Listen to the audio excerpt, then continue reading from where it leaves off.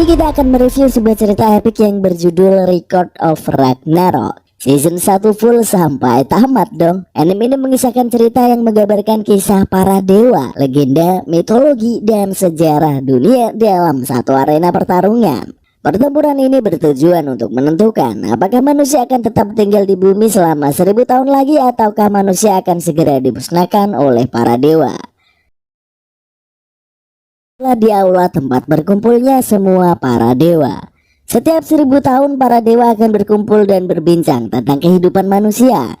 Dari pertemuan ini mereka dapat menyimpulkan masih layakkah manusia untuk hidup atau harus dipunahkan. Namun saat memasuki 7 tahun, Zeus bersama dewa lain ingin memusnahkan manusia. Dikarenakan sifat manusia yang membawa kehancuran dan menyebabkan malapetaka terjadi. Dewa Siwa mengatakan setelah 1000 tahun ia memperhatikan umat manusia tidak berniat untuk berubah. Maka musnahkan saja mereka, ia mengutarakan pendapatnya. Dewa lain setuju karena manusia berulah dan tak menjaga alam tempat mereka tinggal dengan baik. Setelah para dewa melakukan konferensi terbarunya, mereka akhirnya memutuskan dengan bulat untuk mengakhiri umat manusia. Mendengar hal itu, Brunhilde menyeka dialog mereka. Ia menentang keputusan para dewa untuk memusnahkan manusia. Brunhilde adalah Valkyrie yang setengah manusia. Awalnya Brunhilde yang seorang Valkyrie memohon pengampunan untuk umat manusia. Ia berharap manusia bisa dimaafkan akan ada perubahan. Tapi permintaannya tersebut ditolak oleh para dewa. Lalu Brunhilde mengusulkan pertarungan antara manusia dengan dewa untuk mengetahui mereka layak dimusnahkan atau tidak, dengan mengadakan pertempuran sihir antara dewa dan manusia yang disebut Ragnarok. Ngomong-ngomong, ini kalau di film Marvel Ragnarok artinya malah kiamat ya, beda kalau di sini. Lanjut, ia menjelaskan dalam kondisi konstitusi Valhalla tentang aturan turnamen, yaitu 1 lawan 1 antara 13 dewa melawan 13 manusia. Pihak yang meraih 7 kemenangan akan menang. Dan jika manusia 7 kali memenangkan pertarungan, maka akan dijamin hidupnya selama 1000 tahun kemudian. Hukum ini belum pernah diterapkan karena mustahil bagi manusia untuk mengalahkan dewa. Para dewa merasa hal ini adalah lelucon karena memang mustahil untuk mengalahkan dewa. Tetapi dibantah oleh Brunhilde. Ia mengatakan para dewa takut karena tak mau mencoba. Mendengar hal itu, para dewa merasa tertantang dan menyetujui turnamen Ragnarok. Zeus menyuruh Brunhilde untuk memilih peserta dari pihak manusia. Karena Brunhilde adalah Valkyrie yang payah. Ia Valkyrie setengah manusia dan setengah Valkyrie. Brunhilde pernah menjadi manusia seutuhnya. Pantas saja Brunhilde begitu membela manusia. Gol adalah Valkyrie terkecil. Ia sangat takut kalau para dewa murka dengan perkataan Brunhilde. Ia pun panik tak karuan. Tetapi mendengar para dewa yang setuju karena tak terima diremehkan, ia menjadi lega. Gol Valkyrie termuda yang mendampingi Brunhilde. Ngomong-ngomong, Gol Valkyrie adalah yang termuda yang mendampingi Brunhilde. Lalu palu di aula persidangan diketuk dan diputuskan bahwa turnamen Ragnarok akan diselenggarakan. Brunhilde mengatakan akan memilih 13 orang manusia untuk melawan para dewa. Ia pun turun ke bumi mencari manusia terkuat di bumi. Setelah kejadian itu tak berapa lama turnamen diadakan. Arena Valhalla pertandingan dipenuhi oleh para dewa dan manusia. Pertandingan akan dimulai 1 lawan 1. Gol bertanya pada Brunhilde, kira-kira siapa dewa yang akan jadi lawan tanding di ronde pertama. Mereka masih menunggu dan bertanya-tanya. Turunlah dari langit sosok dari para dewa. Ia menantikan untuk meniup jalar horn untuk mengumumkan pertempuran akhir antara dewa dan manusia yang disebut Ragnarok. Heimdall yang menjadi MC turnamen tersebut, ia mulai bersuara dan menyatakan pertandingan akan dimulai. Heimdall menjelaskan peraturan turnamen. Kemenangan ditentukan oleh dewa atau manusia yang mati saat satu pihak membunuh pihak lainnya. Kemenangan ditentukan jika ada dewa atau manusia yang mati saat satu pihak membunuh pihak yang lain. Pertandingan pertama pun dimulai. Dari pihak dewa diutuslah Thor, sang dewa petir. Gol panik mendengarnya dan mengatakan manusia akan kalah. Brunhilde menjawab tak perlu takut karena utusan dari mereka adalah kesatria bumi terkuat. Dan benar saja, sosok yang berjalan memasuki arena perwakilan umat manusia adalah pahlawan Tiongkok yang tidak lain dan tidak bukan adalah Lu Bu dengan mengendarai red hair kuda favoritnya. Thor sang dewa petir melawan Lubu, pahlawan terkuat dari 3 kerajaan. Pertandingan dimulai. Mereka saling berhadapan dan akan mulai bertarung. Supporter dari pihak dewa bersorak habisi manusia rendahan itu dengan 1 pukulan. Tak terima mendengarnya, supporter dari pihak manusia menjawab, "Ayo Lubu, cepat giling dewa berdebar itu menjadi daging cincang." Suasana di arena pun mulai memanas. Di kursi penonton dari pihak umat manusia, seorang pria yang hidup dalam sejarah mengatakan bahwa Yunchan adalah yang terbaik pada masa kejayaannya. Mendengar hal itu, Yunchan menjelaskan dalam hal strategi dan kemampuan perang. Tetapi kalau membahas kekuatan dalam pertarungan, Lubu adalah yang terkuat sepanjang 3 sejarah dari kerajaan. Ia memang layak mewakili pertarungan dari umat manusia. Telah lama Heimdall menantikan bisa meniup trompet tersebut. Menurut Edda, kisah mitologi Nordik, Heimdall menyembunyikan sangkakala miliknya, Gjallarhorn. Pertempuran akhir antara dewa dan manusia pun akan segera dimulai. Trompet ditiup oleh Heimdall menandakan duel yang akan dimulai. Trompet Heimdall bersuara memancarkan gelombang di seluruh kayangan. Pertempuran manusia terkuat dengan dewa terkuat.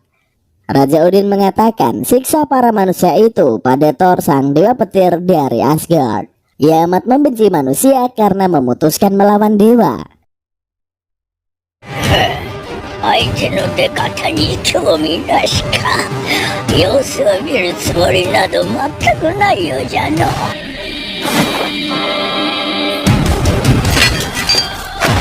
そしてそのまま近づいていく。両者武器を下げ、これはノーガード。これが最強という生き方ですか。姉様、あの人本当に大丈夫なんすかね。なんかむしろ呂布の方が神をなめくさってないっすか。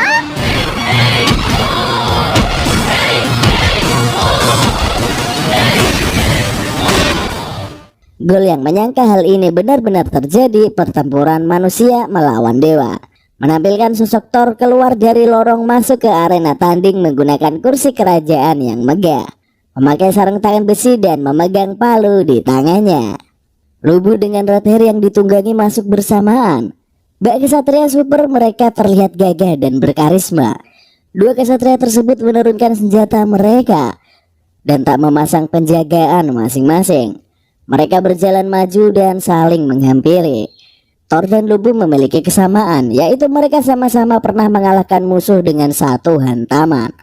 Thor dengan palu menghantam Lubu yang menangkisnya dengan Sky Piscer. Tongkat milik Lubu menahan serangan dan mendorong hingga Thor tergeser ke belakang. Ia lompat dan akan melakukan serangan kedua, sementara Thor mengalirkan petir pada senjata palu miliknya. Flashback ke cerita sejarah Asgard bertahun-tahun yang lalu. Asgard tak pernah diserang musuh atau negeri yang penuh dengan kedamaian. Prajurit yang berjaga merasa bosan karena tak ada pertempuran yang terjadi. Mereka rindu akan pertempuran dan sudah lama tak berperang. Penduduk yang hidup dalam keadaan aman merasa damai. Tak lama kemudian terjadi gempa dan raksasa es bermunculan di negeri Asgard. Kedamaian hilang dalam sekejap. Semua raksasa menyerang Asgard. Para prajurit yang melawan habis dimakan oleh raksasa tersebut. Rakyat berlari ke sana kemari mencari perlindungan. Tibalah raksasa di depan pintu kastil. Mereka yang ada di dalam ketakutan dan mengatakan akan terjadi kiamat. Seorang pria bertubuh kekar dan berambut panjang membuka pintu kastil tersebut. Para raksasa berkumpul dan akan menyerang pria itu. Ia mengayunkan palu yang ada di tangannya hingga mengeluarkan petir dan menumbangkan raksasa tersebut. Tak lain dan tak bukan, ia adalah Thor dewa petir dari Asgard. Ia merasa bosan, sudah lama tak mendapatkan lawan tanding. Thor mengalahkan 66 raksasa seorang diri. Kembali ke arena turnamen, Thor yang mulai mengeluarkan kekuatan dewanya dan berhasil menghantam Lubu hingga terjadi ledakan besar. Penonton mengira Lubu berhasil dikalahkan. Gol melihat hal itu dan takut. Ia galau manusia telah kalah. Mustahil manusia bisa mengalahkan dewa, pikirnya. Brunhilde mengatakan pada Gol untuk melihat ke arena karena pertarungan belumlah berakhir. Benar saja, Lubu bangkit dan menyerang Thor dengan Sky Piscer, tongkat miliknya, hingga dada Thor tergores berdarah. Semua tercengang melihatnya. Thor merasa tertantang dan senang bisa mendapatkan lawan yang bisa membuatnya bersenang-senang. Beralih ke masa Lubu, seorang pemuda Tiongkok yang bernyali besar dari kecil. Ia sudah berkelana kemana-mana untuk mencari lawan yang lebih kuat. Dalam perjalanannya, Lubu bertemu dengan beruang raksasa yang ganas. Dengan satu pukulan dari Lubu, beruang itu pun mati tak berkutik. Lubu berjalan maju untuk menemukan yang terkuat. Ia menjadi terkenal di seluruh Tiongkok. Lubu melumpuhkan semua lawannya dan banyak mendapatkan pengikut. Setelah perjalanan lebih dari 30 tahun, Lubu menyadari tak ada yang lebih kuat darinya di bumi ini. Hingga akhirnya ia ditangkap tentara musuh. Ia akan dihukum gantung. Lubu memohon pada lawannya agar ia dilepaskan dan menawarkan imbalan untuk membantu menaklukkan musuh lainnya. Ternyata hanya cerita hoax. Cerita sebenarnya Lubu merasa bosan dan ia menyerahkan diri untuk dieksekusi oleh musuh. Kejadian ini mirip kisah Gold Roger, raja bajak laut yang akan dieksekusi. Lubu menguap meminta musuh untuk cepat mengeksekusinya karena dia sudah bosan hidup di dunia. Ia merasa tak ada yang sepadan dengannya di bumi. Kembali ke arena pertandingan, Lubu merasa mendapatkan lawan yang sepadan untuk berduel. Ia tersenyum lebar dengan bahagia. Para dewa tercengang melihat ada yang bisa mengimbangi Thor. Saat menghadapi Mjolnir milik Thor, semua senjata manusia akan hancur. Melihat pertandingan itu, Dewa Zeus curiga kepada senjata manusia bisa melawan senjata milik dewa. Zeus melihat ke arah Brunhilde dan sepertinya mengetahui apa yang terjadi. Gol bingung kenapa Zeus menatap mereka dengan tajam. Brunhilde membaca pikiran Zeus yang mengetahui perbuatannya.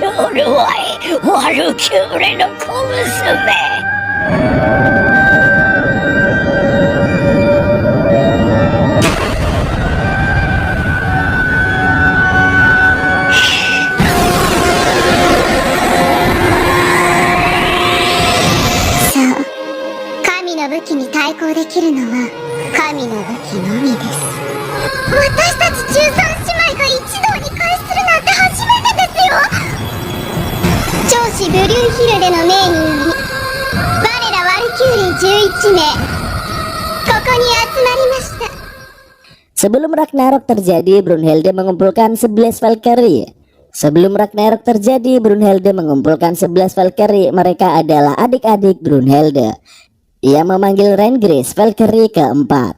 Brunhilde meminta adiknya untuk mengorbankan tubuhnya agar bisa melawan senjata Thor. Lalu semua mulai curiga dengan senjata Lubu. Dan akhirnya mereka mengetahui bahwa Valkyrie yang bersatu dengan Skypisher, tongkat milik Lubu. Tugas Valkyrie adalah menuntun arwah kekayangan. Mereka turun ke bumi. Arwah itu dibimbing menjadi senjata para dewa dan melindungi kayangan saat kritis. Namun rumor beredar mengatakan Valkyrie berubah menjadi senjata. Senjata tersebut digunakan oleh arwah yang dibimbingnya. Mereka menawarkan tubuhnya untuk bergabung dengan senjata. Nama kekuatan itu adalah Volonder. Manusia akan melawan para dewa dengan kekuatan yang mereka terima dari Valkyrie. Tujuan hal tersebut agar turnamen Ragnarok terjadi. Dewa Zeus mengatakan ini pemberontakan licik terhadap dewa. Ternyata Valkyrie sungguh menentang mereka. Karena hal itu Dewa Zeus jadi bersemangat. Telah lama ia menanti hal yang menakjubkan datang. Senjata Thor meleleh menjadi lava karena serangan dari Skypisher. Para supporter mengira Mjolnir telah hancur. Terdengar suara detakan yang amat kencang berasal dari Mjolnir milik Thor. Penonton makin tegang, apakah yang akan terjadi? Thor berjalan ke arah Mjolnir. Ia mengatakan akhirnya Mjolnir bangun dari tidurnya. Mjolnir berdenyut hingga membuat lapisan luarnya retak. Legenda menceritakan sarung tangan Thor dibuat bukan untuk melindungi Thor dari Mjolnir, tapi untuk menahan kekuatan Thor agar tidak bisa menghancurkan Mjolnir sebelum terbangun. Thor membuang sarung tangannya ke lantai dan meledak. Ledakannya sangat besar membuat semua orang terkejut. Thor memegang dan mengangkat palunya tersebut. Thor meminta pada Lubu agar ia jangan mati. Thor membuat Mjolnir berputar-putar dan mengeluarkan kekuatannya. Berpindah pada Brunhilde saat memegang HP karena ada pesan masuk. Hal itu melanggar peraturan, kata Gol. Ternyata daftar pemain yang akan berduel di turnamen Ragnarok sudah diumumkan. Para dewa memiliki pemain terkuat. Gol mengatakan ini hitungan mundur kepunahan manusia. Bagi umat manusia mereka adalah 13 orang terakhir. Brunhilde berkata pada Gol bahwa Valkyrie ada sebagai pembantai 13 para dewa. Hal itu disebut Erharjar, perwakilan umat manusia. Kembali pada Mjolnir, Thor melemparkan palunya berputar-putar seperti gasing ke arah Lubu. Lubu berhasil menghindar dan mulai menyerang Thor dengan Sky Piscer, tetapi di saat bersamaan Mjolnir berbalik arah dan menyerang Lubu. Ia berputar melewati Mjolnir hingga palu tersebut kembali pada Thor. Palu kembali dilemparkan Thor kepada Lubu dan kembali ditangkis serangannya oleh Lubu. Saat sengit pertempuran yang terjadi, kaki Lubu cedera menahan serangan Thor tersebut, menyebabkan kedua tulang kaki patah hingga dengkulnya jatuh ke lantai. Supporter yang mendukung Lubu menyemangatinya agar bangkit. Tak lama kemudian muncul Red Hair, kuda Lubu yang berlari ke dalam arena tersebut. Red Hair mendukung Lubu bangkit untuk melawan. Para supporter menjerit menyemangati Lubu untuk bangkit. Selayaknya pahlawan perang, Lubu berhasil bangkit untuk bertarung lagi. Melihat semangat itu, Thor tersenyum lebar.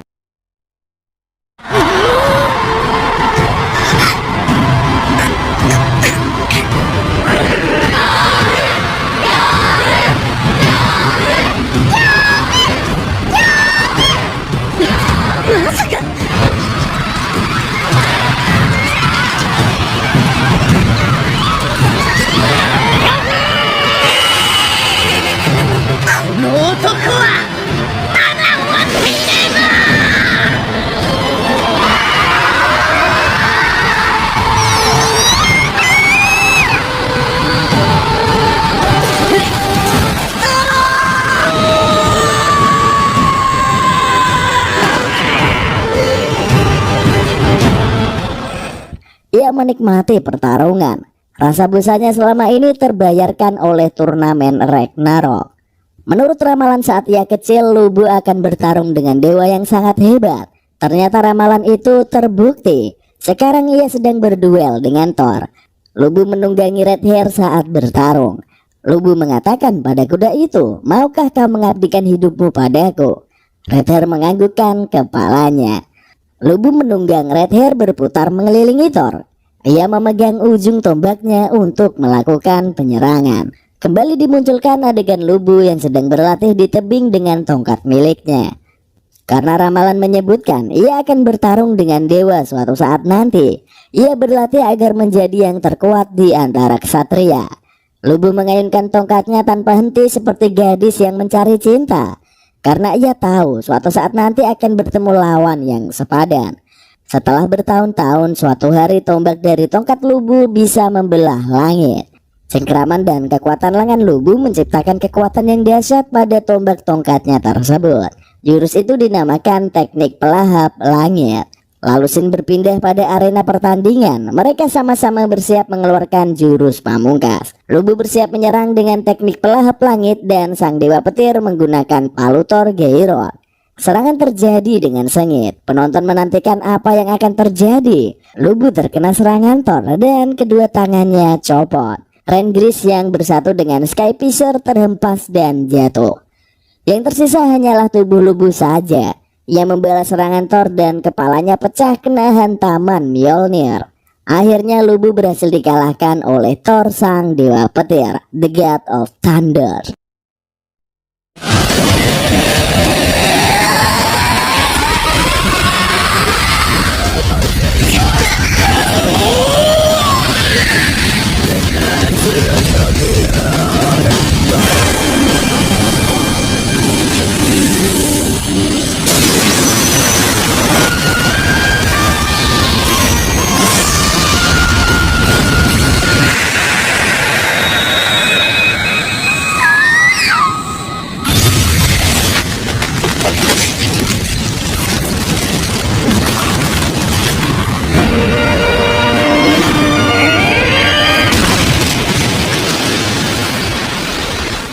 Akhirnya Thor keluar sebagai pemenang turnamen Ragnarok pertama. Meskipun menang, wajah Thor terlihat sedih karena ia merasa Lubu memiliki jiwa kesatria. Lubu dan Rengrids berubah menjadi debu yang terbang di kayangan. Dewa Zeus menari dengan girang. Supporter dari para dewa bersorak gembira. Manusia selangkah ke depan menuju kepunahannya. Brunhilde kecewa dengan kemenangan para dewa. Sementara supporter dari pihak Lubu merasa haru dan bangga. Lubu mati dalam keadaan tersenyum bak kesatria yang menjadi kebanggaan. Di saat Thor akan meninggalkan arena kuda dan para prajurit Lubu tak terima, mereka ingin balas dendam. Thor mengabulkan keinginan mereka demi menghormati Lubu. Dengan sekali serang dari Mjolnir, semua hancur berkeping-keping. Gol mengikuti Brunhilde yang pergi dari bangku penonton. Ia bertanya apa yang akan terjadi dengan Lubu dan Rengrids selanjutnya. Brunhilde mengatakan bahwa ini pertarungan jiwa. Setelah raga mereka hancur dan tak bisa terlahir kembali, dan mereka hanya menjadi debu di angkasa. Gol prihatin mendengarnya. Ini Niflheimr akhirnya dari seluruh jiwa. Ini Niflheimr akhir dari seluruh jiwa. Gol bertanya kenapa ia tidak sedih dan menangis, sementara mereka tak bisa melihat Rengrids lagi. Dengan menangis tak akan bisa membunuh para dewa, celoteh Brunhilde. Haruskah kita bertindak jauh demi pertempuran ini? Gol yang menangis terseduh-seduh. Takdir umat manusia yang dipertaruhkan dalam pertandingan ini membuat mereka harus melawan. Brunhilde mulai memilih manusia kedua untuk melawan para dewa dalam turnamen. Gol sudah patah hati, tak bersemangat. Lubu yang kuat aja kalah, apa mungkin mereka bisa menang? Pertandingan kedua dimulai. Dari pihak manusia yang akan menjadi petarung adalah Adam, sang pria sejati dari semua para pria, ayah dari seluruh umat manusia, memiliki tampang yang rupawan dan berkarisma. Ia adalah tipe petarung dengan tangan kosong. Hanya saja ia tak berbusana. Ia membenci para dewa melebihi semua umat manusia di bumi. Semua supporter berteriak histeris dan tak sabar menunggu pertarungan selanjutnya. Saat MC akan memanggil peserta dari pihak para dewa, ia mendapatkan telepon bahwa pesertanya ditukar dengan dewa lain. Hal ini terjadi bergantian dewa yang akan tampil. Dari pihak para dewa menampilkan sosok Hermes yang sedang bermain musik. Ia memainkan lantunan musik yang indah hingga membuat pendengarnya menangis pilu. Semua mengira Hermes yang akan mewakili para dewa. Tapi muncul penampakan dewa Zeus yang menari mengikuti lantunan musik yang dimainkan Hermes. Mereka memainkan melodi di arena pertarungan tersebut. Semua supporter terbawa oleh permainan musik Hermes. Gol dan Brunhilde terkejut bahwa kakek tua tersebut yang akan menjadi lawan tanding Adam, karena nama Zeus tak ada dalam daftar petarung. Heimdall mengumumkan nama Zeus yang akan bertanding melawan Adam. Zeus adalah ayah dari para dewa. Mereka memiliki kesamaan, yaitu sama-sama menjadi ayah. Zeus ayah dari kayangan, sementara Adam ayah dari umat manusia. Zeus adalah dewanya para dewa. Mereka heran kenapa Zeus raja terakhir muncul seawal ini di turnamen. Ternyata sebelum muncul di arena diperlihatkan scene dewa Siwa sedang berjalan di lorong ingin keluar menuju ke tempat pertandingan. Ia yang akan menjadi lawan tanding Adam, tapi tiba-tiba dihentikan oleh Zeus karena ia ingin tampil duluan. Sempat terjadi pertarungan kecil antara mereka, tetapi Dewa Siwa mengalah dan membiarkan Zeus maju terlebih dahulu. Pertandingan pertama membuatnya bersemangat dan berpartisipasi mengikuti turnamen ini.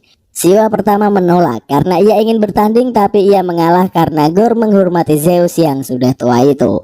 Supporter pendukung dewa meneriakkan GFOC, singkatan dari Godfather of Cosmos. Supporter terus bersorak GFOC, GFOC, GFOC dari kursi penonton pihak para dewa. Ares, anak dari dewa Zeus, menduduki kursi ayahnya untuk melihat pertandingan dewa Zeus. Zeus mengingatkan pada Adam apakah dirinya akan bersatu dengan Valkyrie, karena tanpa Valkyrie mustahil dia bisa menyerang dewa. Ternyata Adam sudah bersatu dengan Valkyrie, Reginlev, putri para dewa.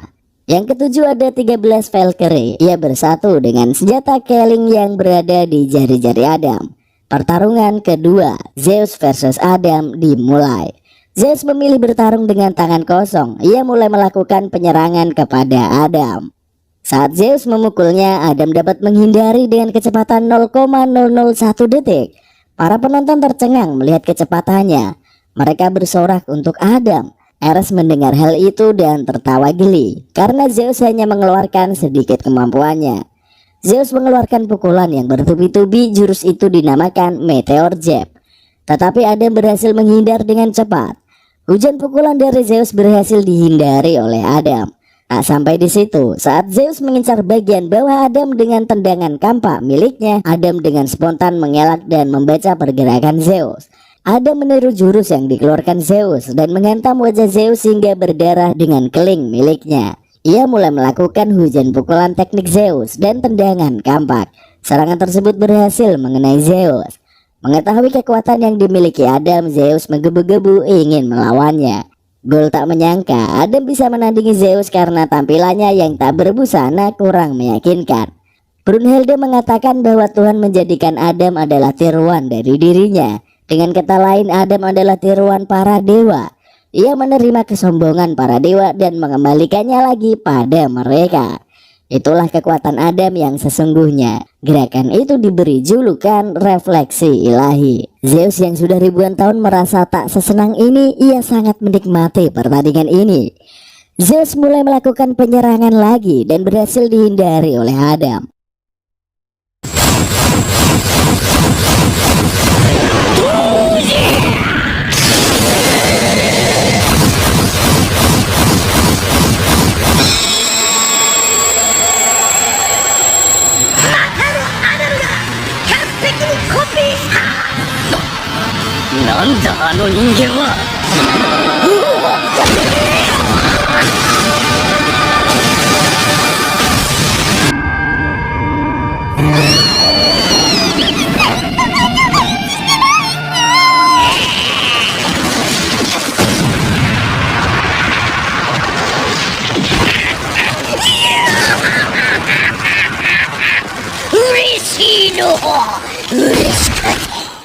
Adam yang meniru gerakannya tersebut menyerang Zeus hingga jatuh tersungkur.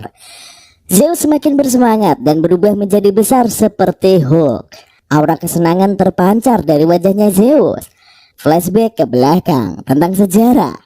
Zeus yang masih muda mengalahkan ayahnya Kronos sebagai dewa terkuat di kosmos. Pada pertempuran yang pernah Zeus hadapi, ia tak pernah terluka. Hanya saat melawan Kronos saja rahangnya sampai patah. Zeus mempelajari teknik ayahnya yang terakhir untuk menjadi jurus andalan miliknya. Jurus itu diberi nama tinju yang melampaui waktu. Tetapi sayang, sang peniru dengan cepat mengkopinya dengan melancarkan teknik tersebut membuat Zeus babak belur. Sang MC terkejut, ia menyebut ayah dari Kronos jatuh tersungkur ke tanah. Semua supporter yang duduk di bangku penonton tercengang melihat pertarungan ini. Ares marah, kenapa ayahnya semudah itu bisa jatuh dengan teknik mengerikan milik sang kakek. Ares sang dewa perang bingung dengan apa yang terjadi. Mengapa ayahnya bisa dikalahkan oleh manusia?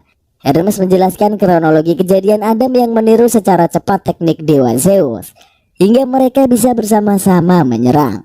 Ares tercengang dengan kecepatan refleksi ilahi milik Adam. Ares berkata pada dirinya, 1000 tahun berlatih pun belum tentu bisa mengalahkan Adam. Telah terjadi keajaiban baru bagi umat manusia. Gol kagum melihat Zeus yang berhasil dikalahkan Adam. Mengapa bisa Adam sekuat itu? Kenapa Adam memiliki kekuatan yang dahsyat, bisa mengimbangi para dewa? Brunhilde mengatakan dengan jelas bahwa sumber kekuatan Adam adalah rasa bencinya terhadap para dewa. Zaman dahulu Adam bisa hidup bersama dengan para hewan di Taman Eden. Tempat itu tak memiliki kekurangan apapun, tetapi terjadi suatu kejadian yang menimpa istrinya Hawa. Siluman ular yang tertarik pada Hawa ingin memilikinya. Ia mencoba melecehkan Hawa di depan pohon apel, pohon keramat yang ada di Firdaus.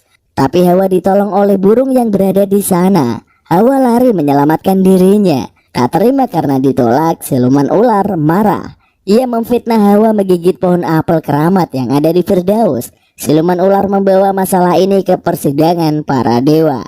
Hawa membela dirinya, tetapi tetap saja kalah dengan bukti yang ditunjukkan siluman ular itu. Dewa memutuskan untuk mengusir Hawa dari Firdaus. Semua yang ada di persidangan dihadiri oleh para dewa. Dari gerbang persidangan terlihat sosok Adam yang berjalan masuk membawa satu keranjang apel keramat. Ia memakan apel tersebut dan memuntahkannya berkali-kali. Dewa yang marah bertanya mengapa ia melakukan hal itu. Adam mengatakan bahwa istrinya telah difitnah. Burung yang ada di tempat kejadian bercerita bahwa siluman ular melecehkan Hawa. Tak terima, sang ular berubah menjadi monster dan akan menyerang. Hal tersebut dibaca oleh Adam. Dia meniru jurus sang ular dan mencakar hingga ular tersebut tercabik-cabik. Adam dan Hawa meninggalkan Firdaus dan mereka turun ke bumi untuk selamanya. Kembali ke arena tanding, MC memutuskan Adam menjadi pemenang karena Zeus telah tergeletak tak berdaya. Saat Heimdall mengatakan pertandingan berakhir, ternyata Zeus bangkit kembali dan ingin melanjutkan pertandingan. Ia mengatakan pada Adam kalau Adam begitu membenci dewa. Kenapa matanya tak menunjukkan kebencian? Adam menjelaskan tak perlu alasan baginya. Ayah mana yang tak terima bahwa anak-anaknya akan dimusnahkan? Adam marah karena dewa mau memusnahkan umat manusia. Hawa muncul di kursi penonton untuk menyemangati Adam. Begitu juga dengan para anak-anaknya. Sepertinya mereka satu keluarga suka tak berbusana. Zeus dan Adam mulai bertarung lagi. Adam mengatakan akan membunuh Zeus. Zeus menghancurkan dirinya berubah menjadi sosok Adamas. Salah satu rupa Zeus lainnya, ia terlihat kuat dan perkasa hingga membuat penonton takut. Di kursi penonton, khususnya para dewa, Thor dari belakang mengambil dua burung gagak yang ada di pundak Odin. Ternyata Loki menyamar menjadi Thor. Odin mengetahui hal tersebut. Ia penasaran, setelah beribu-ribu tahun lamanya Zeus mengeluarkan kekuatannya lagi. Pertandingan jadi lebih seru. Ia duduk di sebelah kursi Raja Odin. Loki, ahli tipu daya, adalah adik dari Thor. Pada arena tanding diperlihatkan perubahan Zeus yang sangat kuat. Melihat hal itu, untuk pertama kalinya Adam memasang kuda-kuda pertahanan. Mereka mulai saling serang satu sama lain. Refleks ilahi milik Adam melawan hujan pukulan milik Zeus.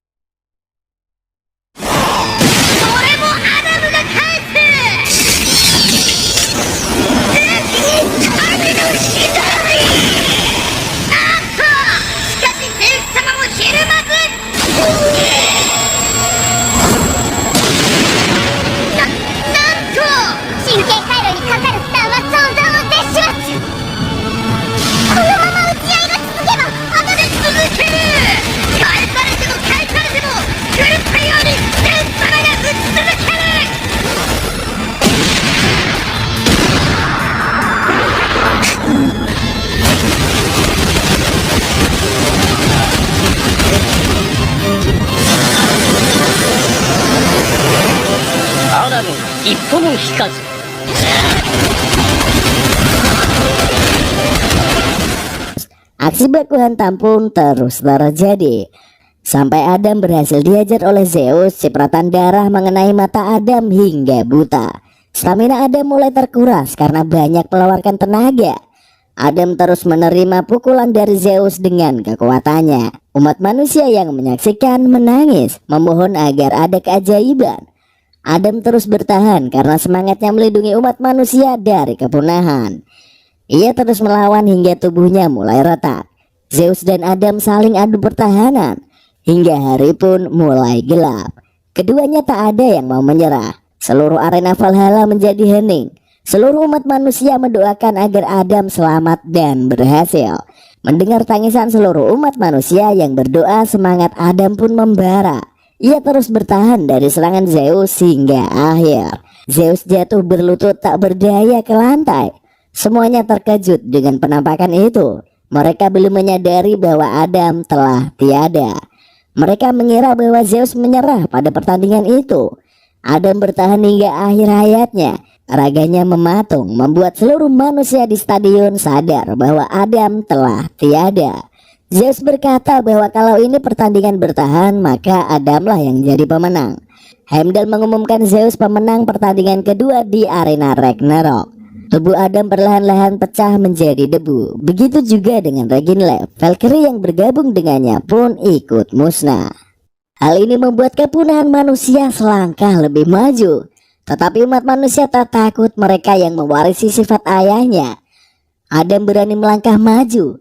Ia meninggalkan warisan pada mereka, kekuatan dan keberanian untuk menghadapi para dewa. Gol berlari ke ruangan kamar Brunhilde dan bertanya apa maksud dari semua ini. Chris memegang bahu Gol serta mengatakan untuk tenang. Gol merasa senjata Adam tak rusak, mengapa Valkyrie ketujuh harus mati. Chris menjelaskan saat umat manusia dan Valkyrie menjadi satu, mereka bukan hanya menjadi senjata saja, melainkan bertarung bersama dan berbagi takdir yang sama. Gol menangis melihat kenangannya dengan Regen Leaf. Chris memeluk Gol dan menenangkannya. Chris sangat marah karena adiknya harus gugur di pertarungan. Chris adalah Valkyrie yang memiliki dua sifat. Brunhilde sangat stres berat karena dari pihak manusia telah kalah 2 kali. Ia berpikir siapa yang akan dipilih untuk bertanding.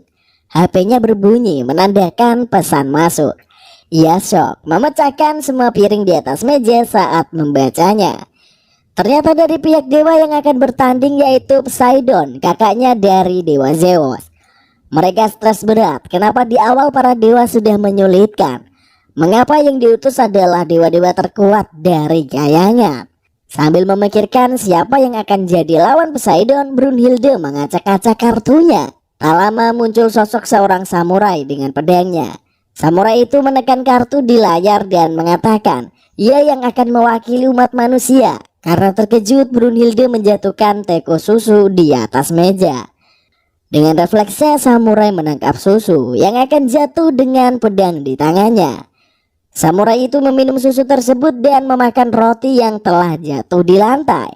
Rasanya begitu nikmat karena ia sudah beratus-ratus tahun tak makan. Gol dan para Valkyrie bingung siapa samurai tersebut.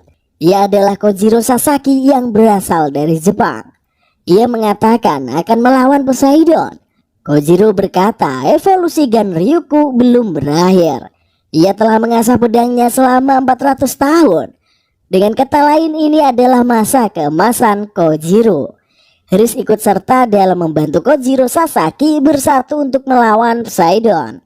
Chris bersatu dengan pedang milik Kojiro Sasaki. Langsung beralih ke Valhalla yang telah didekorasi menjadi arena tanding di tengah lautan. Poseidon muncul dari air menuju arena tanding. Ia dikenal sebagai penguasa lautan, sering disebut juga Zeusnya lautan. Poseidon bertanding mewakili para dewa. Sedangkan di pihak manusia yang akan diutus adalah Kojiro Sasaki, pecundang terbesar sepanjang sejarah. Kojiro Sasaki memasuki arena tanding yang dipenuhi oleh air dengan sampan. Di bangku penonton, supporter terheran-heran karena para lelaki itu yang mewakili umat manusia. Mereka meragukan Kojiro Sasaki. Seorang anak kecil tak terima Kojiro Sasaki dijuluki pendekar pedang, karena ia merasa hanya ayahnya lah yang pantas untuk gelar itu. Anak dari Musashi Miyamoto tak terima Kojiro menjadi perwakilan umat manusia. Karena sewaktu hidup Kojiro Sasaki tewas saat melawan Musashi Miyamoto. Melihat para penonton dari pihak manusia galau karena Kojiro Sasaki yang akan berduel, Gol mulai panik. Kembali ke arena tanding, Kojiro mengeluarkan pedang dan mulai mengayunkannya. Ombak sekeliling menjadi tenang tak bergoyang. 人類史上最強の剣士は誰か。怒れる怪人にあえて挑む無謀なバカ。幕末の名人司馬周作が生涯かなわぬといったおとなし剣の使い手高柳又四郎か。武田信玄を狂気させ新影流を起こした戦国の剣聖上泉伊勢守信綱か。車たちで平家を切り破った鞍馬山の鬼源義経か。なぜ敗者たるこの男が史上最強なのか。あえて言おう、この男こそが最強だと。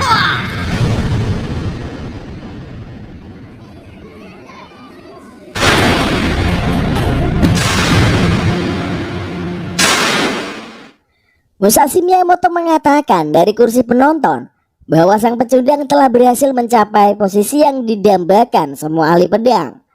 Kojiro Sasaki telah menjadi sang nomor 1 di bawah mentari. Pertarungan ketiga telah dimulai. Poseidon sang raja laut vs Kojiro Sasaki sang pecundang. Mereka saling tatap dan suasana menjadi tegang. Kojiro sedang berpikir bagaimana mencari celah untuk menyerang Poseidon. Sang Raja Lautan tak akan menyerang sebelum musuh masuk ke daerah kekuasaannya. Ia berdiri dan mengamati lawan yang akan menyerang. Tidak ada yang tahu bahwa masa yang singkat sejak pertarungan dimulai, Kojiro Sasaki sudah terbunuh sebanyak 18 kali. Gol mengatakan Kojiro mulai ragu dalam menyerangnya. Memang betul bahwa Poseidon paling menakutkan dari 12 dewa Olympus. Brunhilde bercerita pada Gol. Sebenarnya ada 13 dewa Olympus. Salah satu dewa tersebut dibunuh oleh Poseidon. Nama dewa itu adalah Adamas, kakak tertua dari dewa Zeus dan Poseidon. Pada zaman dahulu kala setelah Zeus dan dewa lainnya menggulingkan Titan dalam Titanomakhia, Adamas putra tertua memberontak karena kesal adiknya menjadi dewa teragung. Ia membebaskan para Titan dan Gigan yang ada di penjara Tartarus. Adamus menjinakkan hewan yang paling mengerikan di kayangan yang bernama Typhon dan maju untuk perang dengan Zeus. Adamas mengajak Poseidon bersekutu untuk menyerang Zeus, tetapi ia tidak digubris. Akibatnya terjadi pertarungan antara Adamas dan Poseidon. Poseidon yang merasa Adamas adalah aib bagi para dewa dikarenakan mencari sekutu dan pasukan. Pada dasarnya dewa adalah makhluk sempurna sejak awal. Adamas merasa disepelekan dari kecil oleh adiknya. Ia murka dan menyerang Poseidon. Di saat itu juga Poseidon menatap matanya dan membunuh Adamas dengan tombaknya. Itulah akhir dari Adamas. Poseidon menyadari kehadiran Hermes saat mereka bertarung. Ia mengatakan pada Hermes Adamas tak layak dijuluki sebagai dewa. Para dewa membuat ulang sejarah dan menyatakan 12 dewa Olympus yang berkuasa. Semua orang yang menyadari keputusan Poseidon tak ada yang bersuara. Mereka pasrah mengikuti peraturan tersebut. Poseidon sangat ditakuti oleh dewa lainnya. Ia memiliki harisma yang menakutkan dan berhati dingin. Kembali pada arena tanding, Kojiro duduk dan menunggu untuk diserang. Karena kalau memulai penyerangan dari sisi manapun ia akan kalah. Kojiro Sasaki tak mau mati sia-sia. Penonton di stadion terbelalak melihat tingkah. Scene lalu berpindah pada masa lalu Kojiro Sasaki, seorang pecundang yang tak pernah menang. Di kota Kastel Ichijodani terdapat tempat dojo Toda yang mana Kojiro tinggal. Ia dianggap beban bagi mereka. Kojiro selalu telat datang latihan. Hal itu membuat Kagetsu kaget menghukumnya. Karena Kagetsu mengajaknya adu tanding dan mereka mulai. Saat di pertengahan pertandingan ia menyerah. Setiap ada pertandingan ia selalu menyerah di tengah jalan. Gurunya bertanya kenapa ia cepat menyerah. Dengan santai Kojiro hanya menjawab, aku takkan bisa melawan Kagetsu meski mencobanya 100 kali. Kalau dipaksakan melawan itu akan merugikan masa depannya. Tetapi tidak sekalipun ia tak memikirkannya. Trik untuk bisa mengalahkan lawan tandingnya ia mulai belajar pada alam untuk berlatih. Melihat cara hewan memangsa satu sama lain. Pemahamannya akan kemenangan meningkat. Dengan setiap kekalahan itulah bakat dari Kojiro. Ia mengumpulkan setiap kekalahan demi kekalahan untuk dipelajari olehnya. Ia berkelana seorang diri dan tak ada yang tahu seorang pun tentang keberadaannya. Kojiro mencari pendekar pedang yang hebat untuk dilawan dan menyerah. Ia mempelajari kekalahannya untuk menjadi pendekar. Kembali ke pertandingan, Kojiro meminta izin untuk melawan Poseidon. Ia tidak punya pilihan selain mendekat untuk menghadapinya. Ia mengayunkan pedangnya dan berhasil dihindari Poseidon dan menyerang balik, tapi ditangkis oleh Kojiro. Akhirnya Poseidon mulai menatap Kojiro. Poseidon mulai serius dengan pertarungan ini. Teringat pada kejadian yang lalu, Musashi Miyamoto bertarung dengan Kojiro di pinggir pantai. Ayunan pedang yang dilayangkan Kojiro mengenai wajahnya hingga berdarah. Jurus itu disebut Tsubame Gaeshi. Para penonton mulai mengakui kehebatan Kojiro. Mereka meyakini kali ini umat manusia akan menang. Poseidon berjalan meninggalkan posnya untuk menghadapi Kojiro. Ia melempar trisulanya bertubi-tubi. Serangan itu dinamakan Amphitrite. Di bangku penonton, Gol bertanya kenapa bisa Kojiro menghindar. Brunhilde mengatakan bahwa Kojiro bisa merasakan pergerakan lawannya. Gol bingung, bisa merasakan serangan tanpa bertarung. Bagaimana caranya? Sementara ini adalah pertarungan pertama Kojiro melawan Poseidon yang pertama. Brunhilde sedikit bercerita tentang cara Kojiro bertarung. Kojiro Sasaki yang telah menghadapi banyak prajurit hebat, ia menelan kekalahan demi kekalahan. Tapi ia melatih diri untuk terus melawan mereka semua dalam pikirannya. Saat Poseidon memasuki arena, Kojiro membaca detail tentangnya, dari cara Poseidon berjalan hingga bernapas, hal sekecil apapun diperhatikan. Dengan informasi tersebut, ia menciptakan Poseidon dalam pikirannya. Lalu ia terus bertarung dengan bayangan itu. Ia menciptakan 1000 pola serangan beserta hasilnya. Gol terkejut, ia bisa melakukan hal tersebut dalam waktu singkat. Kojiro bisa memprediksi gerakan lawannya tersebut. Itulah kekuatan sejati milik Kojiro Sasaki. Kojiro berhasil membaca serangan Poseidon dan menghindar. Supporter dari umat manusia berteriak histeris. Mereka optimis bisa menang melawan dewa. Ares mulai emosi melihat pertandingan tersebut. Hermes yang di sebelahnya menjelaskan teknik yang digunakan Kojiro untuk menghindari serangan Poseidon. Dari awal pertandingan, Hermes memang memperhatikan gaya bertarung lawan. Ares merasa heran mengapa para manusia yang ikut turnamen bisa mengimbangi dewa. Kembali ke arena, Poseidon mulai tersenyum sinis dan bersiul. Kojiro mulai memprediksi gerakan Poseidon tetapi terlalu cepat. Ia menghunuskan Trisula hingga terkena Kojiro dan berdarah. Kojiro terjatuh tapi ditahan oleh lututnya. Sorak dan dukungan dilontarkan untuk Poseidon tetapi ia tak senang. Poseidon menatap para supporter dengan tatapan sinis hingga sampai supporter terdiam. Dasar makhluk rendahan, celoteh Poseidon. Kenapa harus begitu mengerikan? Dan kenapa begitu marah menerima sorakan temanmu? Bagi Poseidon, dewa tidak punya teman. Dewa tidak mengumpulkan pasukan dan dewa tidak saling mengandalkan. Karena mereka adalah dewa, makhluk sempurna sejak awal.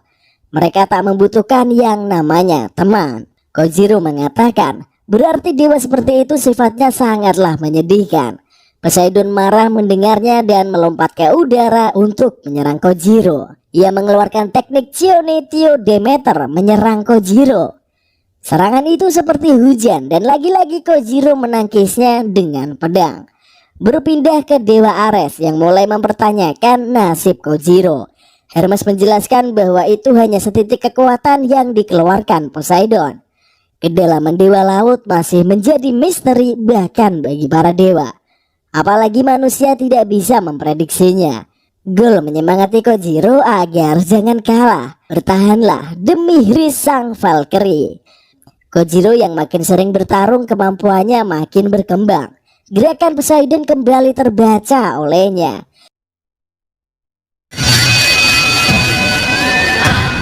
Dawa, Hunga Kotori.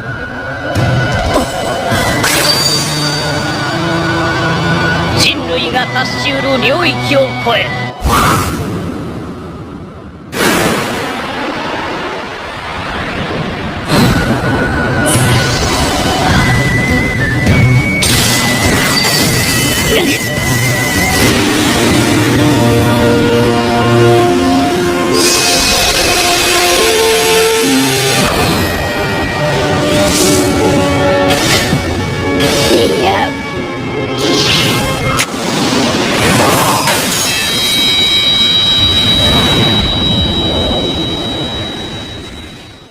Hingga Poseidon menangkis serangan Kojiro dengan Trisula dan pedang Kojiro patah. Poseidon mengatakan jangan memaksakan keberuntunganmu. Ia mencoba melumpuhkan Kojiro. Pedangnya patah terbelah dua oleh Trisula. Semua mengira pertempuran berakhir dengan kekalahan Kojiro. Karena tanpa pedang dan Valkyrie mustahil bisa bertarung. Aku ingin menyerah, tapi kali ini tidak akan kulakukan. Kojiro berkata dengan penuh keyakinan. Ia memandangi pedangnya yang telah patah. Kojiro bukanlah orang yang seperti dulu lagi. Bukankah begitu, Muhashi? Ia mengenang pertarungan dengan Muhashi yang begitu sengit tetapi membahagiakan. Balik ke masa lalu Kojiro. Duel terkenal di Ganryojima. Menurut catatan kejadian yang ada hingga hari ini pada buku Nitenki, Musashi Miyamoto datang terlambat dari waktu yang dijanjikan. Kojiro Sasaki membuang sarung pedangnya ke laut karena kesal.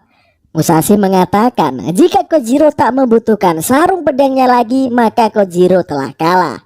Tetapi itu hanya rumor yang beredar. Cerita sebenarnya bahwa mereka benar-benar melakukan pertarungan.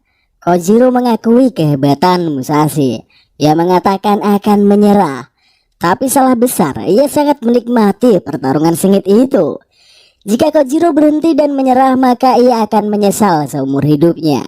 Melihat hal itu Musashi menjadi bingung. Kojiro terlihat bak pendekar pedang sejati. Biasanya Kojiro selalu menyerah saat di tengah pertandingan. Tetapi kebiasaannya tersebut berubah menjadi semangat maju untuk melawan. Musashi mengajak Kojiro berduel sampai mati. Dengan senang hati Kojiro melayaninya. Duel selanjutnya hanya bertahan beberapa menit. Momen yang terjadi sangat indah dan memuaskan bagi mereka. Seorang pria yang mencintai pedang belajar dari alam liar. Ia belajar dari semua makhluk yang ada di dunia. Ia ingin menjadi sang nomor satu di bawah mentari. Musashi tak menyangka Kojiro pendekar yang sangat hebat. Mereka bertarung sampai lupa waktu. Hingga batas akhir Kojiro berhasil dikalahkan oleh Musashi.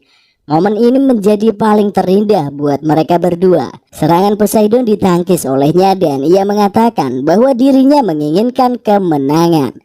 Dengan kekuatannya yang baru, Kojiro berhasil membaca serangan Poseidon yang makin bertambah cepat. Kekuatan miliknya bertambah kuat dan daya tubuhnya yang kokoh oleh semangat para kesatria. Padahal tubuhnya penuh dengan luka, tapi tak mengalahkan semangatnya untuk berjuang.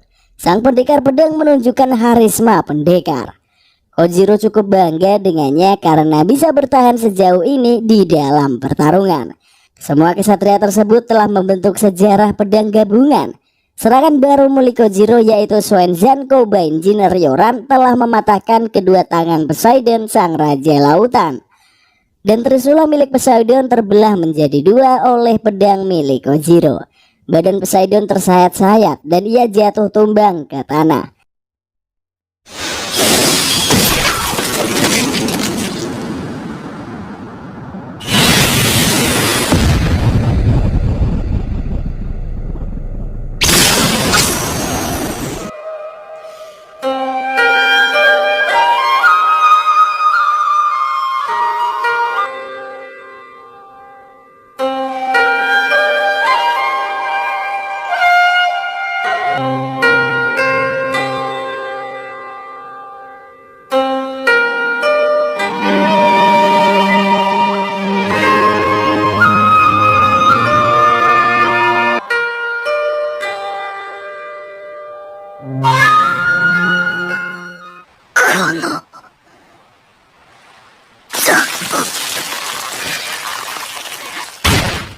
Para dewa terkejut melihat Poseidon yang berhasil tumbang. Sedangkan pihak dari umat manusia terharu dan menangis bahagia melihat Kojiro yang berhasil. Akhirnya Kojiro Sasaki menang dalam pertarungan.